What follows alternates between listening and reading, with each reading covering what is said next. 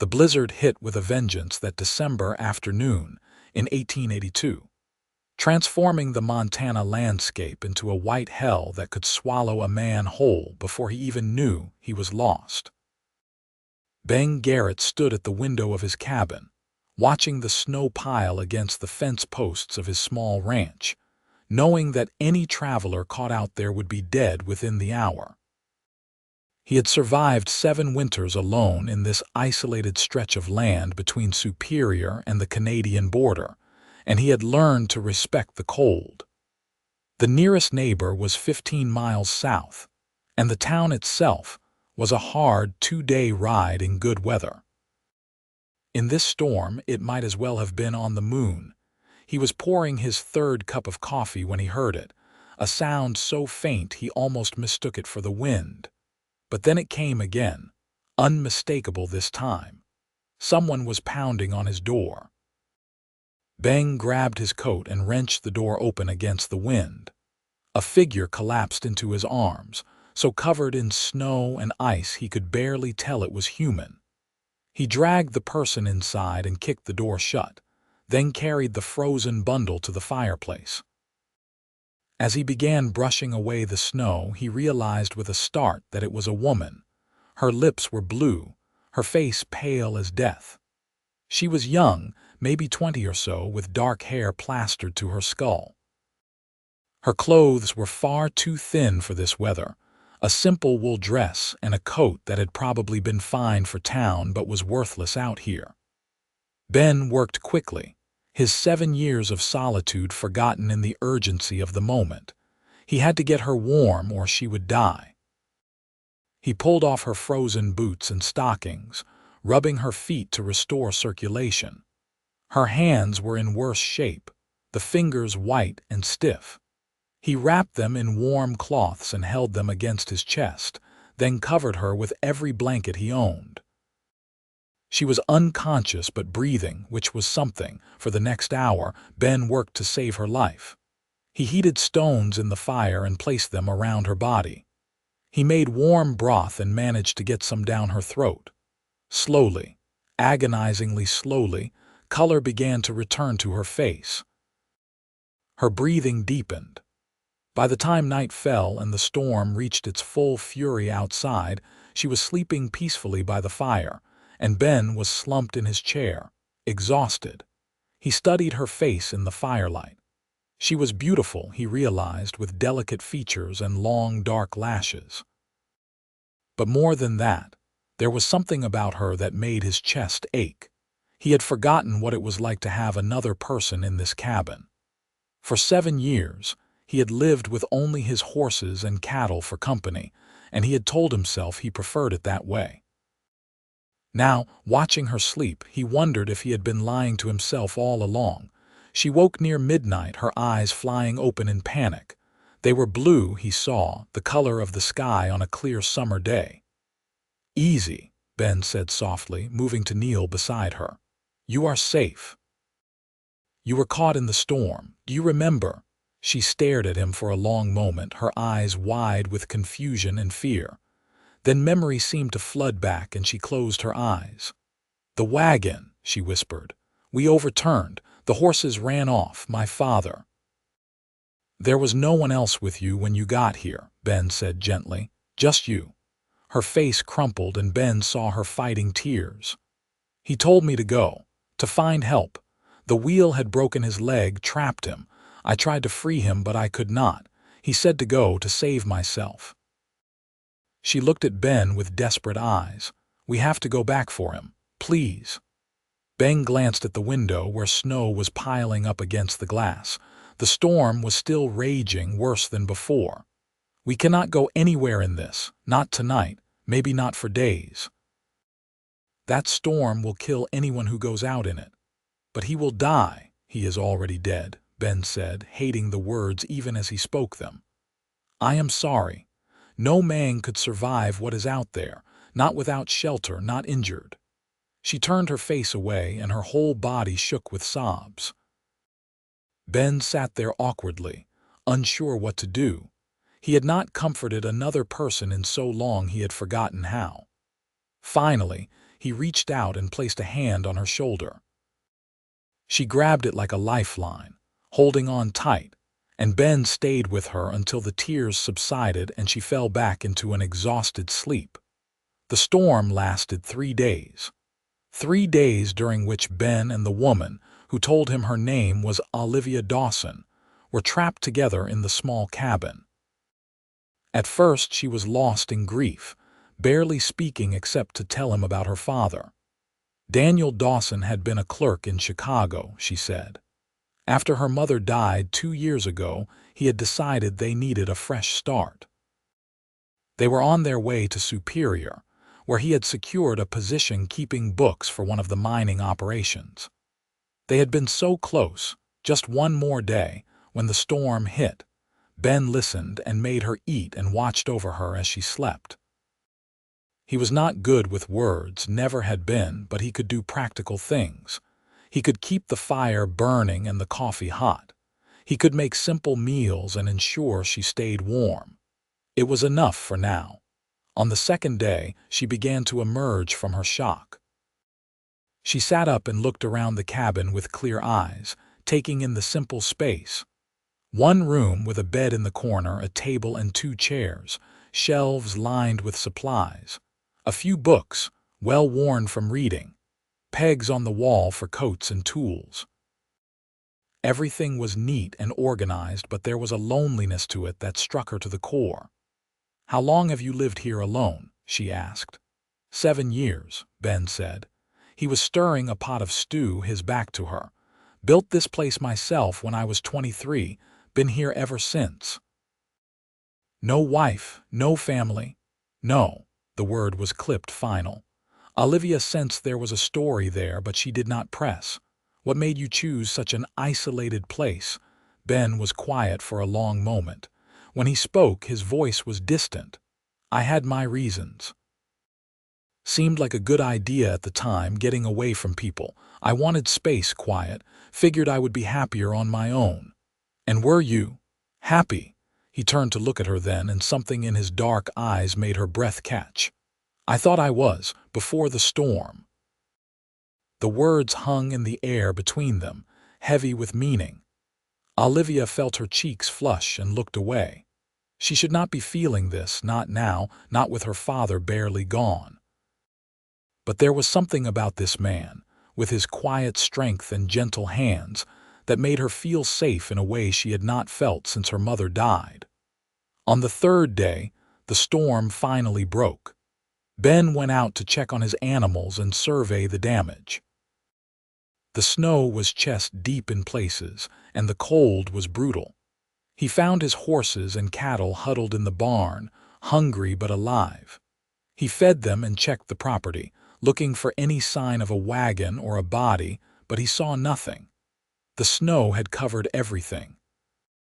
When he returned to the cabin, Olivia was dressed and standing by the window. "We need to look for him," she said without preamble. "I know what you said, but I need to see for myself. I cannot just leave him out there." Ben understood. He nodded. "We will go tomorrow if the weather holds. But you need to be prepared for what we might find." They set out at dawn the next day. Ben had 2 horses, and he put Olivia on the gentler mare while he took his gelding. She told him the direction they had been traveling, and he headed that way, watching for any sign. The landscape was transformed by the snow, familiar landmarks buried or altered. They rode for hours, covering the area where she thought the wagon might be. It was afternoon when they found it. The wagon was overturned in a ravine, half buried in snow. They dismounted and Ben helped Olivia down the slope. They found Daniel Dawson still pinned beneath the wheel, frozen solid, his face peaceful. He had not suffered long, which was a small mercy. Olivia knelt beside her father and wept, and Ben stood back to give her space. He understood loss, understood the need to say goodbye. After a while she stood and wiped her eyes. "Can we bury him?" "Ground is frozen solid," Ben said gently. "But we can take him back to the cabin, keep him until spring when the ground thaws.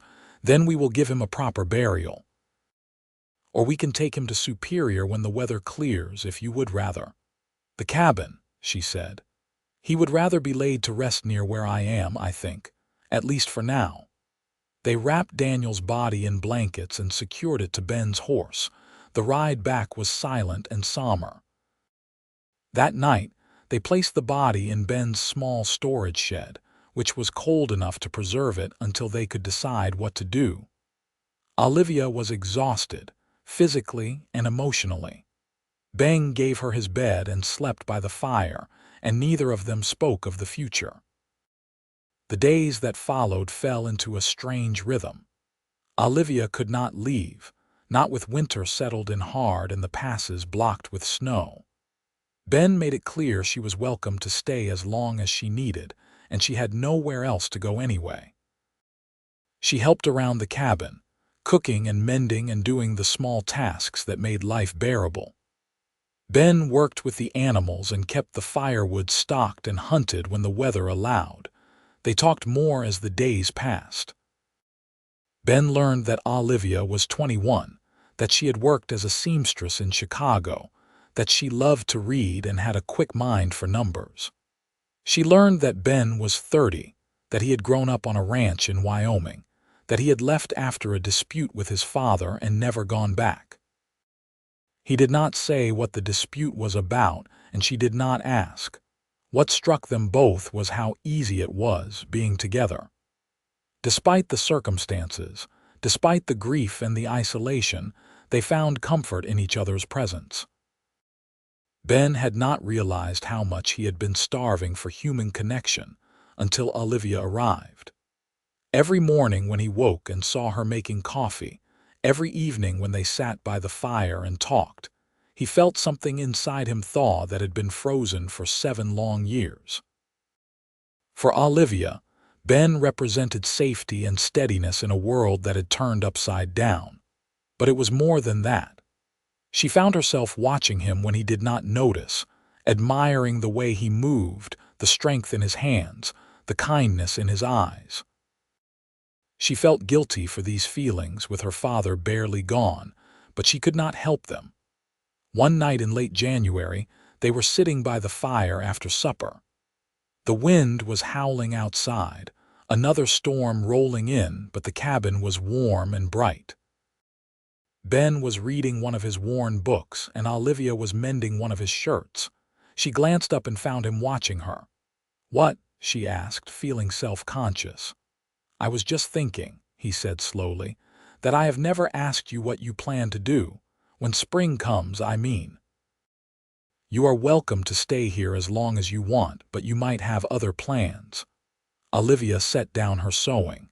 She had been thinking about this very question for weeks now. "I do not have anywhere to go," she said honestly. "My father was my only family. The job in Superior died with him. I have a little money saved, but not much. I suppose I could find work in town, maybe as a seamstress or a housekeeper." "Superior is not much of a town," Ben said. "Few hundred people, most of them miners or railroad workers. It is rough, hard for a woman alone. I have been alone before." "I know, but you do not have to be." The words hung in the air. Ben seemed to gather his courage. "What I mean is, you could stay here with me if you wanted." Olivia's heart began to pound. "Stay here. I know it is not what you are used to. It is isolated, lonely, but you seem to fit here." "And I—" He paused, struggling with words. "I have gotten used to having you around, more than used to it. I look forward to seeing you every morning. I listen for your voice. When you are in the room, everything feels different, better. I thought I wanted to be alone, but I was wrong. I did not know what I was missing until you arrived." Olivia felt tears prick her eyes. "Ben, I am not asking for anything you are not ready to give," he said quickly. "If you stayed, we could figure things out as we go. I just know I do not want you to leave, not unless you want to." "I do not want to leave," Olivia whispered. "I feel the same way. When I am with you, I feel safe. I feel like myself again. Like maybe I could be happy again, eventually." Ben moved to sit beside her, taking her hand carefully as if she might break. Then stay, please. She looked at him, at this man who had saved her life, who had been nothing but kind and patient and good. She saw in his eyes something she had never expected to find out here in the wilderness: hope. Yes, she said, I will stay. The winter deepened, and with it, so did their connection. They did not rush things. Both of them understood that grief and gratitude could be confused for deeper feelings, and they wanted to be sure. But as January turned to February and February to March, what they felt grew impossible to deny. There were small moments that built into something larger. The time Ben came in from the cold, and Olivia rushed to help him out of his frozen coat, her hands lingering on his shoulders. The evening she fell asleep by the fire and woke to find him carrying her to bed, his arms strong and sure around her. The morning he taught her to milk the cow and stood behind her, guiding her hands, both of them acutely aware of the closeness. They talked for hours by the fire, sharing stories of their pasts, their hopes, their fears. Ben told her about his father, a hard man who had wanted Ben to run the ranch his way or not at all. When Ben had suggested changes, new methods he had read about, his father had told him to leave if he knew so much. So Ben had left, and pride had kept him from going back. He had not seen his family in 10 years. "Do you regret it?" Olivia asked. "Sometimes," Ben admitted. "I have 2 sisters. I wonder what happened to them, if they married, if they have children, but I cannot go back. Too much time has passed." "It is never too late to make amends," Olivia said softly. "Family is precious, I know that now." Ben was quiet, thinking. "Maybe you are right. Maybe when spring comes I could write to them, see if they would welcome a letter." Olivia smiled. "I think that would be good." She told him about her mother, about how her death had shattered both her and her father. "She was the heart of our family," Olivia said. "When she died, it was like the light went out. Father never recovered. I think that is why he wanted to move west. He could not stand to be in the house where she had been, seeing her absence everywhere." "I am sorry," Ben said. "Sorry you lost them both." "I am trying to believe that my father is with her now," Olivia said, "that they are together again. It helps a little." As the weeks passed, they grew bolder. Ben would touch her hand when he passed her something. Olivia would stand close to him when they worked side by side. There were lingering looks, moments charged with unspoken feeling. Both of them knew where this was heading, but neither wanted to rush. It was a night in late March when everything changed. The weather had warmed slightly, the first hint of spring in the air. They had been talking by the fire, and Olivia had fallen quiet, staring into the flames. "What are you thinking about?" Ben asked. "About how strange life is," she said. 3 months ago, I thought my life was going one direction. I had plans. Father and I were going to start over in Superior. I was going to find work, maybe meet someone, build a life. Then the storm came and everything changed. I lost my father, but I found you. And now I cannot imagine being anywhere else." Ben reached over and took her hand. "I know what you mean. That storm brought you to me, and I will always be grateful for it, even though I know it cost you dearly." Olivia turned to face him, and the look in her eyes made his breath catch. "Ben, I need to tell you something. I have been trying to wait, to be respectful of my father's memory. But I cannot keep it inside anymore.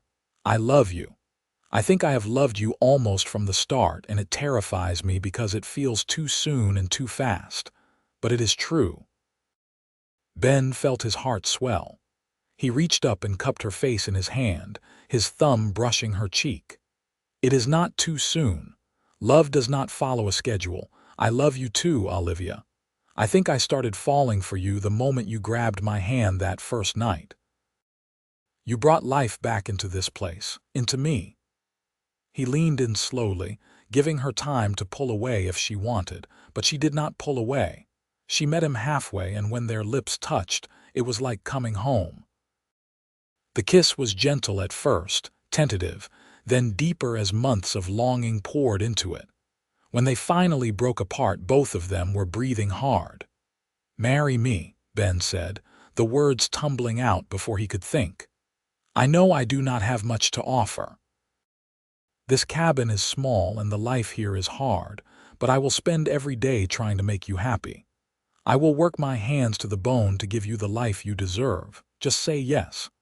Olivia laughed, tears streaming down her face. "Yes, yes, of course yes."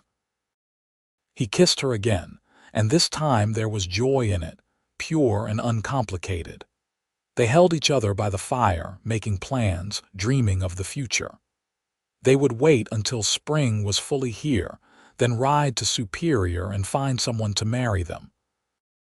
They would bury her father properly, give him a real service. Then they would come back here and build their life together. April came with a rush of warmth that melted the snow and turned the ground to mud.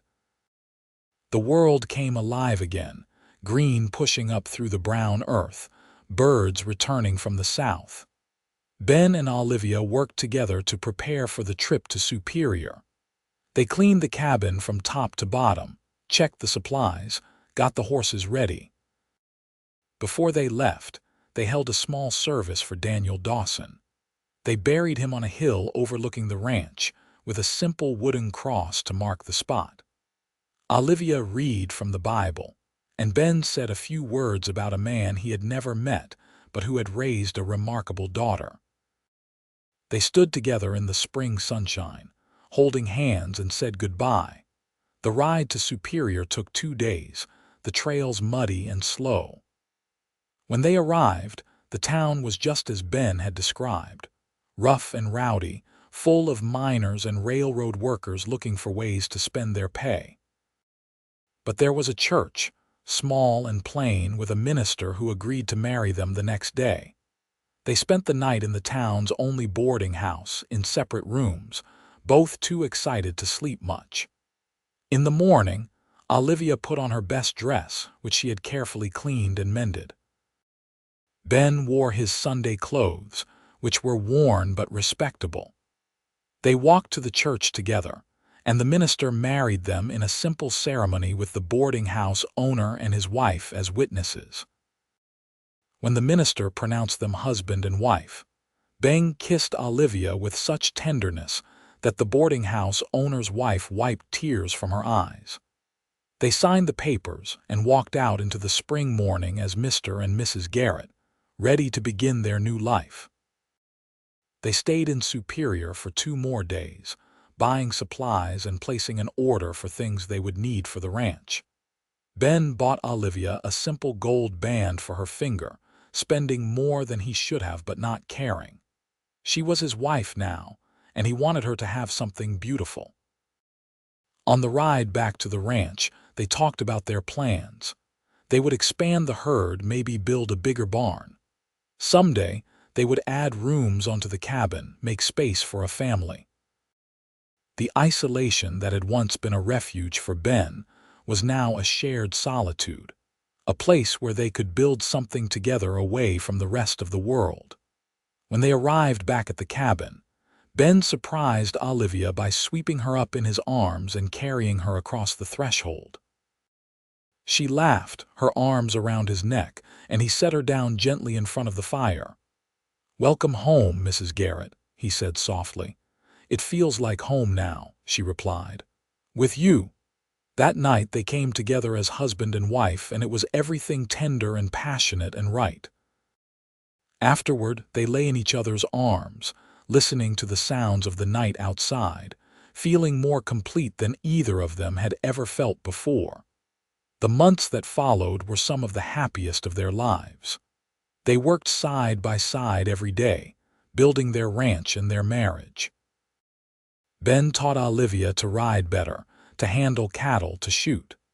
She proved to be a quick learner, capable and fearless. She taught him to appreciate small comforts, to slow down and enjoy moments of beauty, to open his heart. They talked often about the future. Olivia wanted children, and so did Ben, though he was nervous about it. He had no model for being a father, not a good one anyway.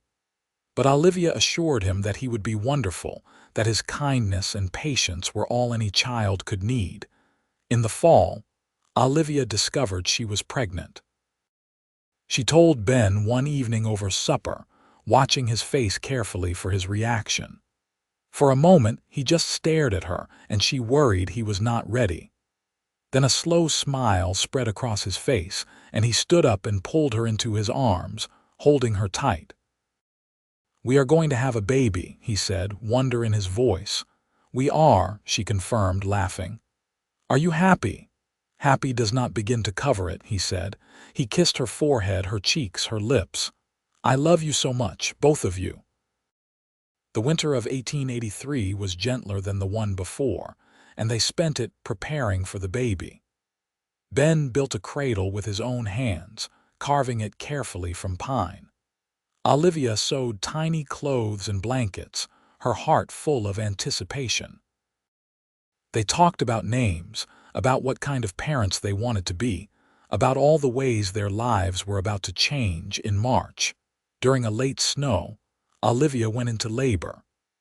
Ben rode out through the storm to fetch the midwife from the nearest homestead, 15 miles away. It was a terrifying ride, echoes of the night Olivia had arrived on his doorstep, but he made it there and back safely. The birth was long and difficult, but when it was over, they had a son. He was small but healthy, with a thick head of dark hair and his mother's blue eyes. They named him Daniel, after Olivia's father, and when Ben held his son for the first time, he wept. "I promise you," he whispered to the baby, "I will be the father mine never was. I will love you and support you and always, always be here for you." Olivia watched from the bed, exhausted but radiant. "He is perfect," she said. "He is," Ben agreed. He brought the baby to her and they sat together, the three of them, a family. Young Daniel thrived, growing from a tiny infant into a robust baby and then a curious toddler. The cabin that had once been so quiet was now filled with the sounds of a child's laughter. Ben proved to be a natural father, patient and playful, always ready to scoop his son up and show him something new. Olivia would watch them together, her heart so full it ached. True to his word, Ben wrote to his family in Wyoming. It took several letters and many months, but eventually a reply came. His mother wrote, telling him that his father had passed away 2 years earlier, that his sisters had married and moved away, but that she would love to see her son again if he ever came back. Ben and Olivia discussed it and decided to make the trip when Daniel was old enough to travel. They would take their son to meet his grandmother, to see the ranch where Ben had grown up. It was time to heal old wounds, to reconnect with family. In the spring of 1885, they made the journey to Wyoming. It was emotional for Ben, seeing his childhood home again after so many years. His mother was older, grayer, but her eyes lit up when she saw him. She wept when she met Olivia and Daniel, and she told Ben how proud she was of the life he had built. They stayed for 2 weeks, and it was healing for everyone. Ben's sisters came to visit with their own families, and there were gatherings and meals and long conversations. Ben made peace with his father's memory, understanding now that they had both been stubborn and proud, that the fault had not been all on one side. When they returned to Montana, Ben felt lighter, as if a weight he had been carrying for years had finally been lifted. He had his family back, and he had Olivia and Daniel. His life was rich in ways he had never imagined it could be. The years passed in a rhythm of seasons and cycles. They expanded the ranch, bought more cattle, built a proper barn and a larger cabin with multiple rooms. Olivia gave birth to 2 more children, a daughter they named Emma in 1886 and another son, James, in 1889. The cabin that had once sheltered one lonely man now rang with the sounds of a thriving family. Ben never took any of it for granted. He remembered too well what his life had been like before that winter storm, the emptiness he had lived with for so long. Every morning when he woke up beside Olivia, every time he heard his children playing outside, he gave thanks for the twist of fate that had brought them together. Olivia felt the same. She thought often of her father, of how his dream of starting over in Montana had come true in a way he could never have imagined. She wished he could have met Ben, could have seen the life she had built. But she believed he knew somehow, and that he was at peace. The ranch prospered. Ben proved to be a skilled rancher, and Olivia had a head for business that helped them make smart decisions. They hired hands during busy seasons, paid them fair wages, and treated them well. Their reputation grew, and buyers sought out their cattle because they knew the Garrett ranch stood for quality. As the children grew, Ben and Olivia taught them everything they knew. Daniel became an excellent horseman and loved working with the cattle. Emma was clever and quick, always asking questions, always wanting to understand how things worked. James was the wild one, full of energy and mischief, keeping everyone on their toes. They were not without challenges.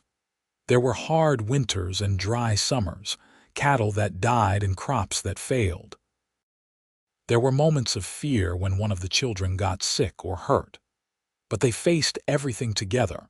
Ben and Olivia, partners in every sense of the word.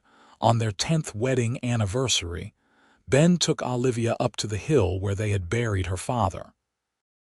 It was a clear spring day, the kind that made the Montana sky look endless. They stood together, looking out over the ranch they had built. "You ever regret it?" Ben asked. "Staying here, you could have had an easier life in a town with more people, more society." Olivia took his hand and laced her fingers through his. "Never, not for one moment. This is exactly where I am meant to be, with you, with our children. This is my home." Ben pulled her close and kissed her temple. "I think about that storm sometimes, how easily things could have gone differently. If you had not found my cabin, if I had not heard you at the door. But I did find you, and you did hear me," Olivia said. "We were meant to find each other, Ben. I truly believe that." They stood there together as the sun climbed higher, warming the earth, bringing life back to the world. Below them, they could see their children playing near the cabin, hear their laughter carried on the wind. It was a good life, a full life, the kind neither of them had dared to hope for in their darkest moments. As the children entered their teenage years, the ranch required even more work. Daniel, at 15, was already nearly as tall as his father and took on responsibilities that would have broken a lesser boy. He inherited Ben's quiet strength and Olivia's determination, a combination that served him well. Emma, at 13, showed a talent for healing, nursing injured animals back to health with patience and care. She talked about becoming a doctor someday, and though Ben worried about the challenges she would face as a woman in such a field, he and Olivia encouraged her dreams. James, at 10, was still finding his way, but his enthusiasm and joy brought light to every day. The family made regular trips to Superior, which had grown considerably over the years.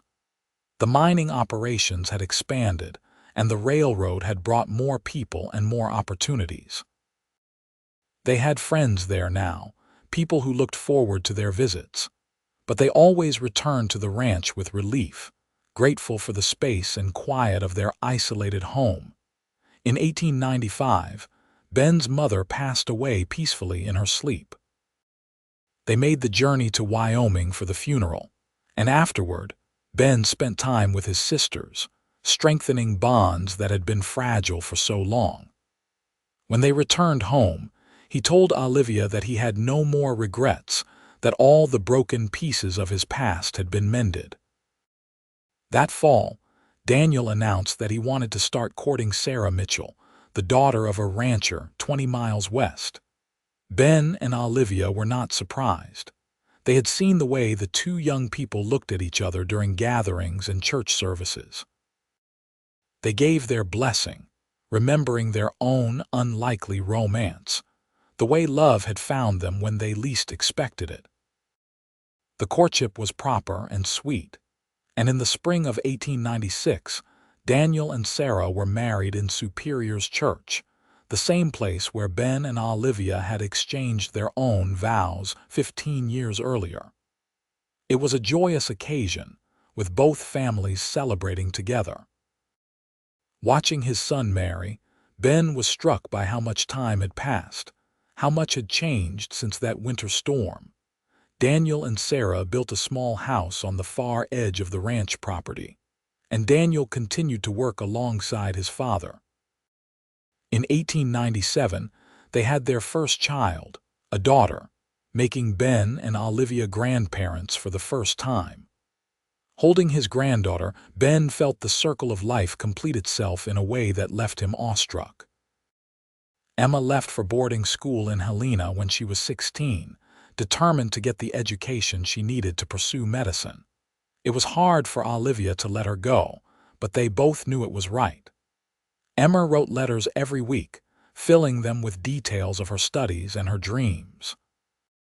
She came home for summers and holidays, bringing books and stories of the wider world. James, meanwhile, developed a passion for horses that surpassed even his father's. He had a gift for training them, for understanding their minds and earning their trust. By the time he was 15, people were bringing him their most difficult horses, and he built a reputation as someone who could work miracles.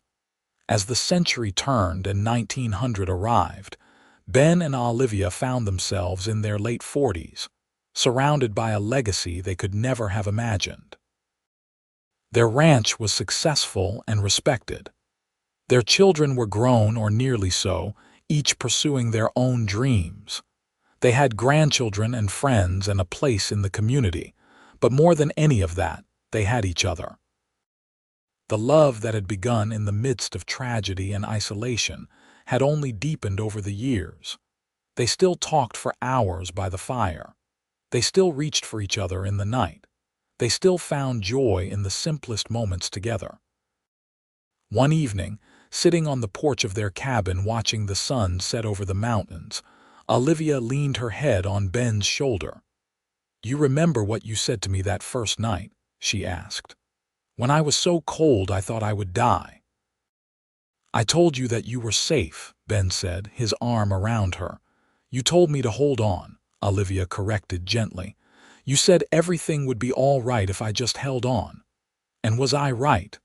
"You were right about everything," Olivia said, turning to look at him. After all these years, he could still make her heart race with just a glance. "I held on, and it brought me to a life I could never have dreamed of. It brought me to you." Ben kissed her, slow and sweet, the way he had on their wedding day and 1,000 times since. "That storm was the luckiest thing that ever happened to me. I thought I wanted to be alone, but I was just waiting for you." They sat together as the stars began to appear in the darkening sky, comfortable in the silence, needing no words. The isolation that had once been Ben's refuge had become their shared sanctuary, a place where they had built not just a ranch but a life, not just a family but a legacy. In 1902, Emma graduated from medical school, one of the few women in her class. She returned to Montana and opened a practice in Superior, serving the miners and railroad workers and ranching families who needed her skills. She married a kind schoolteacher named Thomas Wright, and they built a house in town where they could both pursue their callings. James, at 22, surprised everyone by falling in love with a young woman from Helena he met at a horse auction. Her name was Margaret Chen, the daughter of Chinese immigrants who ran a successful mercantile. The wedding was a beautiful blend of cultures, and though some in the community disapproved, the Garretts stood firmly behind their son, just as they had always done. Daniel and Sarah gave Ben and Olivia 3 more grandchildren over the years, and the ranch echoed with the sounds of young voices again. Ben taught his grandchildren the same skills he had taught his children, patient and encouraging. Olivia delighted in spoiling them just a little, baking cookies and telling stories, and being the soft place they could land. As they entered their 60s, Ben and Olivia began to slow down, letting their children take over more of the heavy work. They spent more time together, taking long rides across the property, visiting with their growing family, and simply enjoying the peace they had earned. One winter evening in 1910, 28 years after Olivia had stumbled to Ben's door, they sat together by the fire in the cabin that had been added onto so many times it was barely recognizable from its original form. But the hearth was the same, the heart of the home where their story had begun. "I was thinking today," Ben said, "about how different my life would be if that storm had never happened, if you had taken a different route, if you had found someone else's door." "Do not think about that," Olivia said, reaching for his hand. "We found each other. That is all that matters." "I just want you to know," Ben continued, his voice thick with emotion, "that every day with you has been a gift. You saved me, Olivia, not just that night, but every day since. You taught me how to live again, how to love, how to be part of something bigger than myself." Olivia moved to sit beside him, and he wrapped his arms around her. "You saved me too," she whispered. "I was so lost when I came here. I had lost everything. But you gave me a home, a family, a reason to keep going. You gave me love when I thought I would never feel anything but grief again." They held each other as the fire crackled and the wind whispered outside, two people who had found each other against all odds and built a lifetime together. They had weathered storms, both literal and figurative. They had known joy and sorrow, triumph and loss. Through it all, they had held on to each other, just as Ben had told Olivia to do that very first night. The years continued to pass gently. Ben and Olivia became great-grandparents, watching another generation grow up on the ranch they had built together. They took walks every evening, weather permitting, his arm always linked through hers. They attended church services and community gatherings, respected elders whose wisdom was sought and valued. Emma's medical practice flourished, and she became known throughout the region for her skill and compassion. Daniel continued to run the ranch with his father's guidance and his mother's business sense, keeping it profitable and progressive. James developed a breeding program for horses that attracted buyers from as far away as California. On their 40th wedding anniversary in 1923, the entire family gathered at the ranch for a celebration. There were children and grandchildren and great-grandchildren everywhere, filling every room and spilling out onto the property. A long table was set up outside, groaning with food that everyone had contributed to. There was music and dancing and laughter. Ben stood to make a toast, and everyone fell silent to listen. He was 71 now, his hair white, his face weathered by decades of sun and wind. But his eyes were still bright, and when he looked at Olivia, the love in them was unmistakable. "40 years ago," he said, his voice carrying clearly, "I was living in a small cabin in the middle of nowhere, convinced I was better off alone. I had turned my back on my family, on connection, on the possibility of love. I thought I was happy, but I was really just hiding from life." He paused, his gaze finding Olivia in the crowd. She smiled at him, encouraging. "Then one winter night, the worst storm I had ever seen brought me the greatest gift I could ever receive.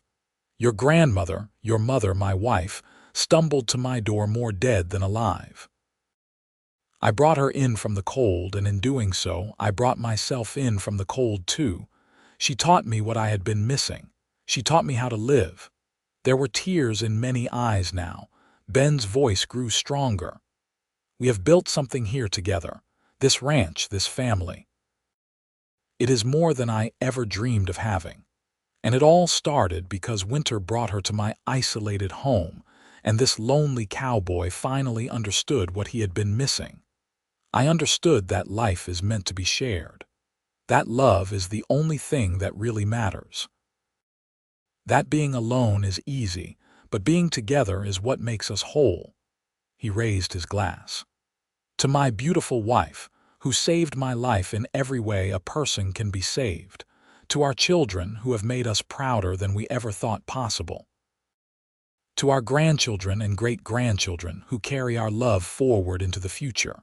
And to the storm that brought us together, the worst and best night of my life. To the storm. Everyone echoed, raising their glasses. Olivia stood and made her way to Ben, and he pulled her into his arms. They kissed while the family cheered, and then they danced together under the Montana sky, moving slowly to music only they could hear. As the sun set and the celebration continued around them, Olivia whispered in Ben's ear, "I would go through that storm 1,000 times if it meant finding you. And I would wait forever if that is how long it took for you to arrive," Ben replied. They continued to dance. Two people who had found each other in the wilderness and built a life that exceeded anything either of them had dared to hope for. The storm that had taken so much had also given them everything.